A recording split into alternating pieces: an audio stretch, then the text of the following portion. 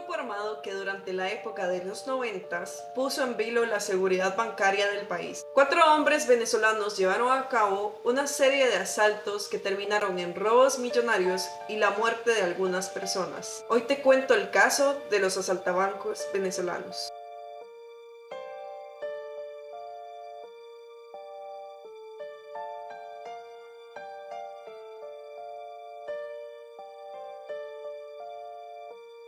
Entre noviembre de 1993 y mayo de 1994, una serie de asaltos violentos a bancos sacudió a Costa Rica. Los responsables eran un grupo de asaltantes venezolanos de apellidos Avedaño, los hermanos Martínez Ojeda y un hombre de apellidos Rodríguez Rangel. El 1 de noviembre de 1993, el Banco Aglo de Escazú fue el primer objetivo. Los asaltantes lograron sustraer alrededor de 20 millones de colones y la violencia con la que actuaron marcó el inicio de robos que atemorizaron a toda la población. A inicios de diciembre de 1993, el Banco Nacional de Santa Ana fue el siguiente en la lista. Esta vez se llevaron 12 millones de colones y unos meses después, el 10 de marzo de 1994, el Banco de Costa Rica en Escazú fue atacado. En ese asalto asesinaron al guardia de seguridad del banco, así como también a un hombre que trabajaba como guardia de seguridad en una heladería cercana. Después de este asalto, los sujetos empezaron a diversificar sus objetivos de ataque. El 13 de mayo de 1994, los asaltantes robaron un poco más de 7 millones de colones de un camión remesero en Pavas. Tan solo 14 días después de este asalto dieron su siguiente golpe. El 27 de mayo de 1994 interceptaron un camión remesero cerca del peaje de Naranjo en Alajuela. Asesinaron al custodio del camión y huyeron con alrededor de 30 millones de colones. Este golpe fue el más millonario que se dio en esa época. Los sujetos acostumbraban a vestir ropa camuflada militar negra y botas de una marca que no era vendida en Costa Rica. Los asaltantes ingresaban silenciosamente a los bancos sin hablar más que lo necesario, no decían palabras fuertes o vulgares y una vez dentro, bajo amenaza, obligaban a los empleados a abrir las bóvedas y sustraían grandes sumas de dinero. Utilizaban para sus fugas vehículos robados a personas profesionales o con un gran poder adquisitivo. Sin embargo, luego empezaron a utilizar vehículos rentados, lo que complicaba aún más la investigación.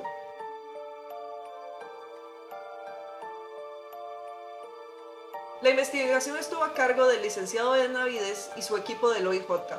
Al principio, los indicios eran confusos. Se comparó con diferentes asaltos cometidos por delincuentes costarricenses antes de 1993. Y en comparación con aquellos asaltos que dieron estas personas, se concluyó que había una gran diferencia. Una de ellas fue su manera de actuar y de vestir, por lo que pronto se dieron cuenta que estaban lidiando con delincuentes extranjeros que tenían entrenamiento militar. La clave fue la peculiaridad de su vestimenta y la huella de una bota en una puerta derribada en uno de los bancos, ya que era un tipo de calzado que no se encontraba en Costa Rica. Además, las autoridades empezaron a sospechar que vivían en la cercanía de los lugares donde ejecutaban los hechos, entre Escazú y Romoser. Eran de clase alta y no se relacionaban para nada con delincuentes nacionales. Se realizó una vigilancia discreta con mapeo, ya que se creía que iban a seguir operando en la zona. Además, se contó con más de 25 agentes del OIJ para vigilar los alrededores de los sitios en donde operaban. Al día siguiente en que se cometió el último asalto, 2 sujetos llegaron a un banco ubicado en Sabana Norte con un maletín lleno de dinero y pidieron que se lo cambiaran a dólares. Entonces el empleado que los atendió le comentó esto a los agentes judiciales que se encontraban encubiertos enfrente de ese banco. A esto se le sumó que en un rentacar al cual los agentes llegaron por medio de la descripción de placa dado por el empleado de aquel banco, una empleada del rentacar les dijo que se trataba de ingenieros venezolanos, que eran clientes frecuentes y que eran personas muy amables. La joven resaltó que siempre llegaban con los carros sucios y con la placa debajo de la alfombra. También comentó que el último carro alquilado llegó con una especie de barro arcilloso, lo cual fue particular del último golpe dado por los sujetos en el peaje de Naranjo, donde asaltaron al camión remesero. Al revisar los contratos en el rentacar, Se mostraron 3 pasaportes venezolanos, por lo que un agente se hizo pasar por empleado del rentacar y esperó a que llegara el sospechoso a devolver el vehículo, pero a pesar de los esfuerzos, ese día no se logró la detención de ninguno de los sospechosos. El dueño del lugar le dijo a las autoridades que una vez uno de los sujetos lo llevó hasta su casa, esto para pagarle la renta de un vehículo, ya que la tarjeta que portaba no le sirvió. Fue así como los agentes obtuvieron la dirección exacta de donde vivían aquellos sujetos. Las bolsas de basura que se encontraban afuera de la casa sospechosa fue un punto clave para la resolución del caso. En las bolsas se encontraron varios tiquetes de peaje del día en que perpetraron el asalto en el peaje de Naranjo. El sábado 28 de mayo de 1994, las autoridades llevaron a cabo un operativo decisivo. Con vigilancia discreta, lograron capturar al hombre de apellido Avedaño, a uno de los hermanos Martínez Ojeda y al hombre de apellidos Rodríguez Rangel, cerca de la vivienda en Pavas, en la provincia de San José.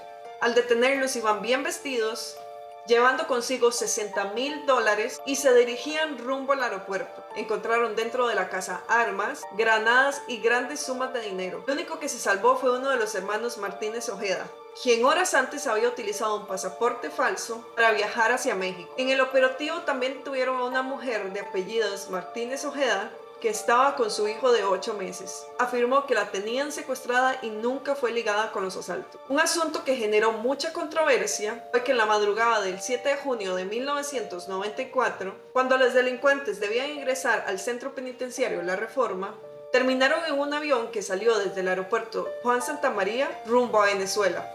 Se informó que se había hecho debido a una orden del entonces presidente José María Figueres, quien solicitó que fueran expulsados del país debido al gran peligro que representaban. Al parecer, diversos magistrados y magisteradas habían recibido amenazas en donde les decían que iban a secuestrar a sus hijos escolares o colegiales y que los iban a intercambiar por los extranjeros, por lo que el jerarca del Poder Ejecutivo tomó esta decisión. El sábado 11 de junio de 1994, los 3 venezolanos fueron llevados a celdas de máxima seguridad en la cárcel de El Dorado, ubicada cerca de la selva del Amazonas, de donde supuestamente nadie podía fugarse. Se conoció además que en Venezuela los hombres también eran buscados por una serie de asaltos violentos. El más sonado fue el atraco a una avioneta propiedad de Transportes de Valores Caribe, ocurrido el 25 de noviembre de 1992, en el cual mataron a 4 personas y robaron alrededor de $1 millón.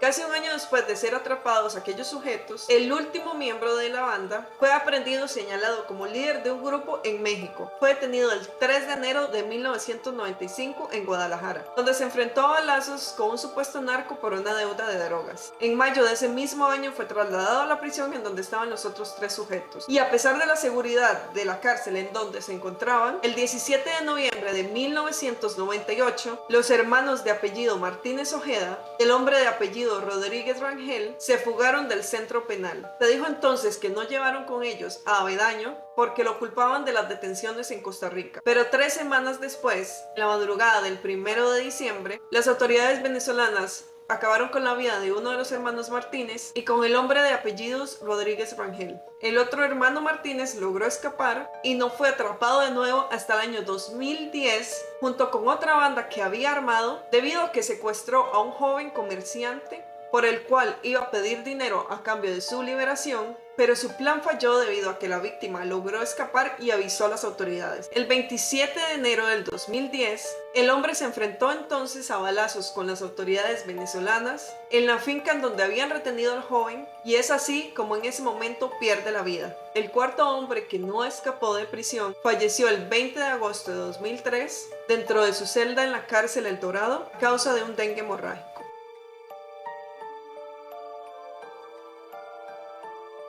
Este fue el video de la semana. No sé si conocían ya acerca de este caso, yo por lo menos no había escuchado hasta que me puse a investigar. Me parece increíble cómo pasó tanto tiempo y pasaron tantas cosas antes de que pudieran ser atrapados, e incluso ya cuando fueron trasladados a Venezuela, en esta cárcel en donde supuestamente nadie podía escapar, lograron escaparse y uno de ellos estuvo más de una década fuera de la cárcel, en fuga, y no podían atraparlo. De hecho, nunca regresó a la cárcel porque en el momento en que se enfrentó a balazos con las autoridades, cuando sabían dónde estaba, en ese momento falleció. Este fue el video de la semana, gracias por verlo, nos vemos pronto para un nuevo video.